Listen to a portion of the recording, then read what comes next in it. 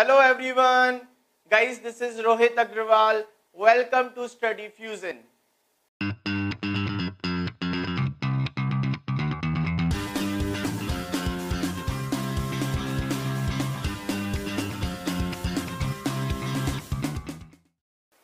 तो गाइस अब हम पढ़ने वाले हैं सेंटीपीटल फोर्स। क्या होता है सेंटीपीटल फोर्स? तो guys in circular motion at each point of circular path the particle instead of moving straight continuously turns towards the center. तो गाइस यहाँ पर क्या है, देखिए इसको ऐसे समझते हैं गाइस। यहाँ पर जब कोई बॉडी सर्कुलर पाथ में मूव करती है तो वो कभी भी स्ट्रेट नहीं जाती, वो हमेशा टर्न कर जाती है, ठीक है। और ये अगर देखा जाए तो आपको लगेगा ये सेंटर की तरफ टर्न कर रही है। अगेन इस पॉइंट पर भी बॉडी स्ट्रेट नहीं जाएगी, वो टर्न कर जाएगी। इस पॉइंट पर भी बॉडी स्ट्रेट नहीं जाएगी, वो टर्न कर जाएगी टुवर्ड्स द सेंटर। तो guys in circular motion of each point of circular path the particle instead of moving straight continuously turn towards the centre. अब गाइस ऑलरेडी आपको पता है ऐसा कौन सा फैक्टर है जो डायरेक्शन चेंज करने में हेल्प करता है, क्योंकि किसी भी बॉडी की डायरेक्शन अपने आप तो चेंज होगी नहीं, कोई एक्सटर्नल फैक्टर होगा या इंटरनल फैक्टर होगा जिसकी वजह से डायरेक्शन चेंज हो रही होगी। तो गाइस कौन सा फैक्टर है जिसकी वजह से यहाँ पर जो मोशन है वो स्ट्रेट लाइन में नहीं है, वो चेंज हो रहा है, मतलब डायरेक्शन चेंज हो रही है। तो यस गाइस यहाँ पर जो फैक्टर है वो है फोर्स। तो कहीं ना कहीं अगर बॉडी सर्कुलर पाथ में मूव कर रही है तो उसके ऊपर एक फोर्स लग रही होगी। This change in direction of motion cannot be brought without a force. तो गाइस बिना फोर्स के तो हम डायरेक्शन चेंज ही नहीं कर सकते, तो यहां पर कोई ना कोई फोर्स लग रही है। Thus the motion in circular path is possible only under the action of the force and such force is known as centripetal force. तो गाइस वो फोर्स जो किसी बॉडी को सर्कुलर पाथ में मूव कराने में हेल्प करती है, उस फोर्स को ही हम क्या कहते हैं, सेंट्रीपिटल फोर्स। ठीक है गाइस, समझ में आ गया? तो गाइस यहां पर ये सेंटर है सर्कुलर पाथ का, जो बॉडी मूव कर रही है उसके ऊपर एक फोर्स लगेगी टुवर्ड्स दी सेंटर। गाइस जो डायरेक्शन होती है सेंट्रीपिटल फोर्स की वो क्या होती है, टुवर्ड्स दी सेंटर। तो guys this force is known as centripetal force. अब गाइस सपोज करिए आपने एक स्टोन लिया, उसको एक स्ट्रिंग से अटैच किया और आपने उसको सर्कुलर मोशन में रोटेट किया। तो गाइस कोई मुझे बता सकता है कि वहां पर जो सेंट्रीपिटल फोर्स है वो कहां से आएगी? स्ट्रिंग लिया आपने, उससे स्टोन को अटैच किया, उसको सर्कुलर पाथ में मूव करा, तो वहां पर सेंट्रीपिटल फोर्स कहां से आएगी पता है आप लोगों को? तो गाइस वहां पर जो सेंट्रीपिटल फोर्स आएगी वो याद रख लेना, वो आएगी टेंशन ऑफ स्ट्रिंग। ठीक है गाइस, याद रखिएगा।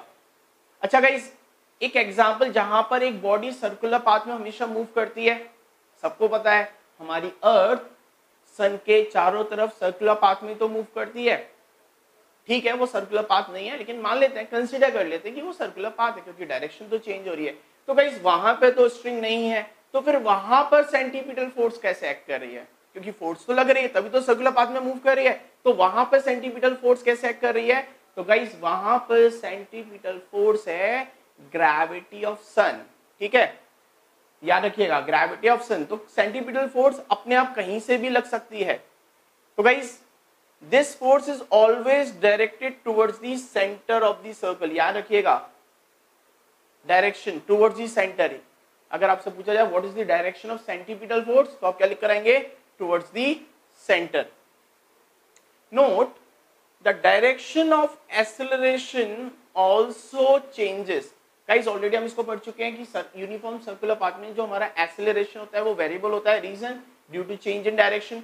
The direction of acceleration also changes at each point of a circular path, but its magnitude remains same। Magnitude तो सेम है, मैग्नीट्यूड की वैल्यू सेम है, लेकिन जो डायरेक्शन है वो चेंज हो रही है। That's why acceleration is variable और non uniform। तो गाइस ये पॉइंट याद रखिएगा कि हमारा एक्सेलरेशन का मैग्नीट्यूड सेम होता है लेकिन डायरेक्शन चेंज होती है, तो हम उसको कैसे कंसीडर करेंगे? Non uniform. Example, a planet moves around the sun in circular path for which, guys, gravitational force of attraction on the planet by the sun provides the necessary centripetal force. तो guys याद रखिएगा कौन सी force? Gravitational force of attraction work करता है as a centripetal force planets को sun के चारों तरफ रोटेट करने में। ठीक है गाइस, तो गाइस आगे देखते हैं। Next is centrifugal force. Centrifugal force क्या है? अ फोर्स assumed, guys ये बहुत इंपॉर्टेंट टर्म है, assumed by an observer moving with the body to act on the acting on a body in direction away from the center of the circular path is called centrifugal force. तो guys ये basically एक force है, वो person इसको assume करता है जो body जो रोटेट कर रही है सर्कुलर पाथ में उसके साथ खुद रोटेट हो रहा है, तो वो पर्सन इस फोर्स को अज्यूम करता है। समझ में आ गया? इसकी ऐसा कोई भी डेफिनेशन नहीं है। तो सेंट्रीफ्यूगल फोर्स क्या है? सेंट्रीफ्यूगल फोर्स एक अज्यूम्ड फोर्स है, वो पर्सन अज्यूम करता है जो खुद सर्कुलर पाथ में मूव कर रहा है अलोंग दी बॉडी। गाइस इसको मैं आगे एक एग्जांपल में आपको एक्सप्लेन करने वाला हूं। गाइस अब कुछ पॉइंट्स देख लेते हैं related to centrifugal. Centrifugal force अभी भी क्लियर नहीं हुई है क्योंकि वो तो अज्यूम्ड फोर्स है, तो कुछ पॉइंट से ये क्लियर हो जाएगी और एक एग्जांपल से बिल्कुल क्लियर हो जाएगी। तो गाइस यहाँ पर आपको याद रखना है कि जो सेंट्रीफ्यूगल फोर्स है वो उसकी डायरेक्शन अपोजिट होती है। किसके? सेंट्रीपिटल। यानी कि वी कैन से कि सेंट्रीपिटल की डायरेक्शन क्या है? Towards the centre. तो सेंट्रीफ्यूगल की डायरेक्शन क्या होगी? सोच के बताओ। अगर सेंट्रीपिटल की डायरेक्शन टुवर्ड्स द सेंटर है तो सेंट्रीफ्यूगल की डायरेक्शन होगी अवे फ्रॉम द सेंटर। क्या होगी? Away from the centre. ठीक है guys, it's magnitude is same as centripetal force. इसका जो मैग्नीट्यूड है वो सेंट्रीपिटल फोर्स के इक्वल है। अब आपको लगेगा यार ये सेंट्रीपिटल फोर्स के इक्वल भी है और अपोजिट इन डायरेक्शन है, तो आपको लगेगा ये तो क्या है? फोर्स ऑफ रिएक्शन है, राइट ना? फोर्स ऑफ रिएक्शन है, जो आप लोगों ने प्रीवियस क्लास में लॉज ऑफ मोशन में पढ़ा था कि अगर कोई फोर्स अपोजिट डायरेक्शन में हो, इक्वल इन मैग्नीट्यूड में हो, तो वो क्या होता है? फोर्स ऑफ रिएक्शन होता है। लेकिन गाइस ऐसा नहीं है, it is not a real force. ये रियल फोर्स ही नहीं है, मतलब एक तरीके से देखा तो ये कोई फोर्स ही नहीं है। And it is not a force of reaction of centripetal force. तो गाइस सेंट्रीफ्यूगल फोर्स देखा जाए तो इसकी कोई भी सिग्निफिकेंस नहीं है, ये फोर्स एग्जिस्ट नहीं करती है। फिर हम इसको क्यों पढ़ रहे हैं? एक एग्जांपल में इसको समझेंगे। Guys, it is not a real force, but it is a fictitious force assumed. Guys, this is the main point. Assumed by the observer moving in a circular path along with the body. तो guys, यहाँ पर अभी भी कुछ बच्चों को एक confusion होता है regarding centrifugal force कि centrifugal force real force क्यों नहीं है, ये एक virtual force क्यों है, ये force of reaction क्यों नहीं है। तो गाइस इसको हम समझते हैं एक एग्जाम्पल के थ्रू जो कि मैरीगो राउंड पे बेस्ड है। ठीक है गाइस, तो गाइस अब हम समझेंगे मैरीगो राउंड की हेल्प से सेंट्रीफ्यूगल फोर्स रियल है या वर्चुअल। तो गाइस सपोज करिए हमने पहले एक मैरीगो राउंड बनाया, ठीक है, और गाइस ये उस मैरीगो राउंड का सेंटर है और यहां पर एक पर्सन खड़ा हुआ है, यहां पर एक पर्सन खड़ा हुआ है, ठीक है, और गाइस उसने एक बॉल को होल्ड करा हुआ है with the help of string. तो गाइस यहां पर हमने एक बॉल को रख दिया है, दिस इज बॉल, ठीक है गाइस। अब गाइस एक पर्सन उस मैरीगो राउंड के बाहर खड़ा है, वो सारी चीजें ऑब्जर्व कर रहा है बाहर खड़े होके, ठीक है। तो गाइस इसको एक लाइव एग्जांपल के थ्रू समझे। मैरीगो राउंड, ठीक है, में आप बैठे हुए हैं और कोई आपका फ्रेंड या आपके पेरेंट्स बाहर खड़े हुए हैं और वो आपको देख रहे हैं मैरीगो राउंड में झूलते हुए, ठीक है। लेकिन यहां पर आपने बॉल को with the help of string hold करा हुआ है, ठीक है। लेकिन स्ट्रिंग कैसी है, लूज है, मतलब बॉल मूव कर सकती है, आगे पीछे भी जा सकती है अपने अकॉर्डिंग, ठीक है। गाइस अब मैरी गो राउंड रोटेट करना स्टार्ट करता है, ठीक है। गाइस जब मैरी गो राउंड रोटेट करना स्टार्ट करेगा और बॉल जो है वो एक लूज स्ट्रिंग से होल्ड है, तो होगा क्या, मैरी गो राउंड ने रोटेट करना स्टार्ट किया, तो ये जो बॉल है गाइस वो इस पॉइंट पर आ जाएगी, ये प्रैक्टिकल है, ठीक है, इस पॉइंट पर आ जाएगी। और जो ये बॉय है, जैसे मैं हूं, मैं मैरी गो राउंड पे अगर खड़ा हूं तो मैं कुछ टाइम बाद ऐसे हो जाऊंगा, क्योंकि मैं भी मैरी गो राउंड के साथ क्या करूंगा, रोटेट करूंगा।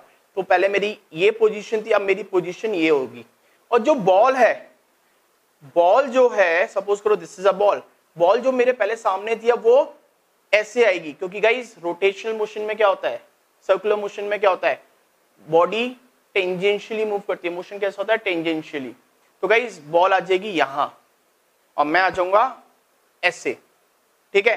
तो गाइस क्या लगेगा, मुझे फील होगा कि बॉल मेरे सामने है, बॉल कैसी है, मेरे सामने है, बस फर्क आएगा डिस्टेंस का, बॉल की डिस्टेंस इंक्रीज कर रही है, ठीक है। गाइस इसको प्रैक्टिकली समझ सकते हैं, ऐसे गए, ये डिस्टेंस है, बॉल गई ऐसे और मैं गया ऐसे, तो गाइस ये डिस्टेंस इंक्रीज हो जाएगी, मुझे लगेगा बॉल मेरे से थोड़ा सा दूर गई है। अनदर मूवमेंट पर बॉल आ जाएगी इस पोजीशन पर और आपकी पोजीशन चेंज होके हो जाएगी दिस वन। तो गाइस अगेन आपको लगेगा बॉल आपके सामने है, लेकिन क्या होगा, आपको फील होगा कि अगेन जो डिस्टेंस है बॉल की और आपके बीच में वो क्या कर गई है, इंक्रीज कर गई है, ठीक है। तो आपको फील हो रहा है कि जो बॉल है वो आपके सामने है लेकिन आपसे दूर जा रही है। गाइस अदर मूवमेंट पर बॉल यहां आ जाएगी और आपकी पोजीशन हो जाएगी दिस वन, ऐसा पोजीशन, ऐसा चलता रहेगा। एक टाइम ऐसा आएगा जब आप बॉल को नहीं देख पाएंगे, जब आप बॉल को नहीं देख पाएंगे। तो गाइस सोचिए हो क्या रहा है, यहां पर इसको ऐसे देखते हैं, ये देन ये देन ये देन ये, जैसे मैं यहां टर्न करूंगा मैं सिर्फ सामने देखूंगा, बॉल मुझे दिखाई नहीं देगी। गाइस सोचिए अगर कोई चीज आपसे दूर जा रही है तो एक टाइम बाद विजिबल होगी क्या, नहीं होगी ना। तो यहां पर भी क्योंकि बॉल उस पर्सन से उसको ऐसा लग रहा था दूर जा रही है, तो एक टाइम बाद बॉल विजिबल नहीं होगी, तो उसको लगा कि बॉल उसकी साइड से दूर चली गई है, ठीक है, क्योंकि बॉल उससे दूर जा रही थी।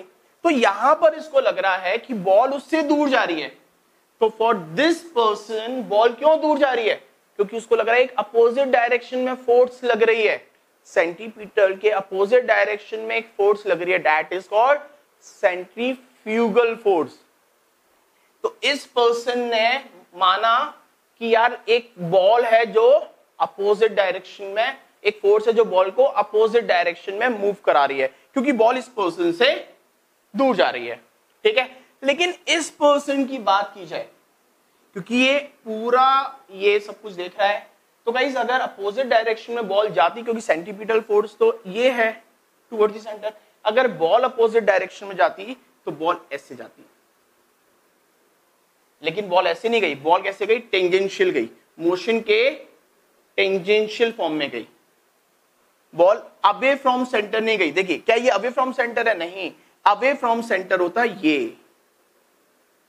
तो फॉर दिस पर्सन क्या सेंट्रीफ्यूगल फोर्स, सेंट्रीफ्यूगल फोर्स मतलब एक ऐसी फोर्स जो सेंटीपिटल के अपोजिट है, क्या एग्जिस्ट कर रही है, नहीं कर रही। For this person there is no centrifugal force, लेकिन इस पर्सन के अकॉर्डिंग तो कर रही है।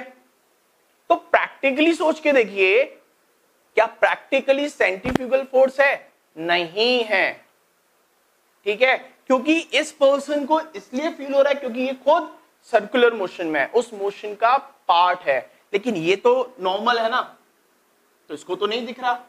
तो गाइस सेंट्रीफ्यूगल फोर्स रियल में एग्जिस्ट नहीं करती है, it is only assumed by the person जो खुद सर्कुलर मोशन में मूव कर रहा है।